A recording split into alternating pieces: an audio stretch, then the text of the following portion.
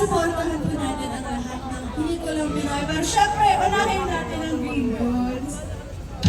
Attention! Narinig na po natin ang pagbati ni Sofia.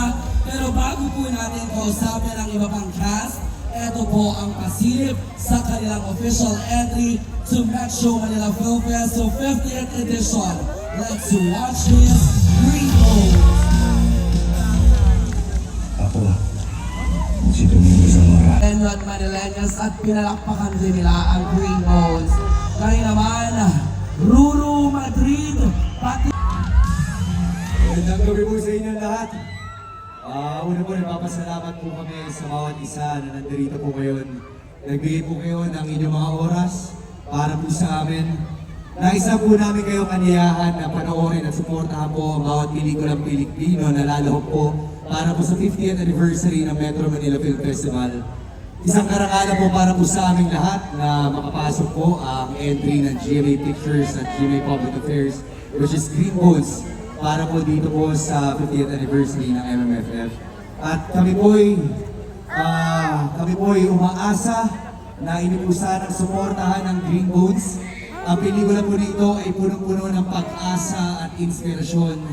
Kaya naman po, nais po namin ialay ang pelikula na ito sa inyo. Yun po ay para po sa aming angkarin na makapagbahagi po ng inspirasyon po sa bawat isang Pilipino na nandito. Kaya muli po, maraming salamat. Green Bones is coming December 25. Ruru Madrid. At syempre, pakinggan naman natin, Mr. Dennis Trillo.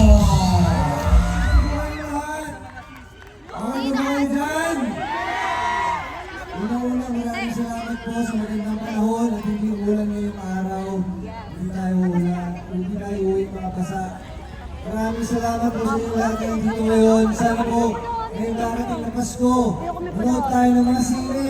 Pakitain natin ang mga pelikula ngayong taon. Meron pong 10 natatanging pelikula para sa 50th anniversary ng Metro Manila Film Festival. Sana po, panoorin natin lahat. Supportan natin pelikula Pilipino. Maraming salamat po. Ay, pero bago yun, meron muna tayong isang ipipresenta sa MMFF 50. It is a commemorative gift sa cast ng Green Bones. Tawagin natin ang ating MMFF Executive and Film Post CEO. Siyempre naman, kasama natin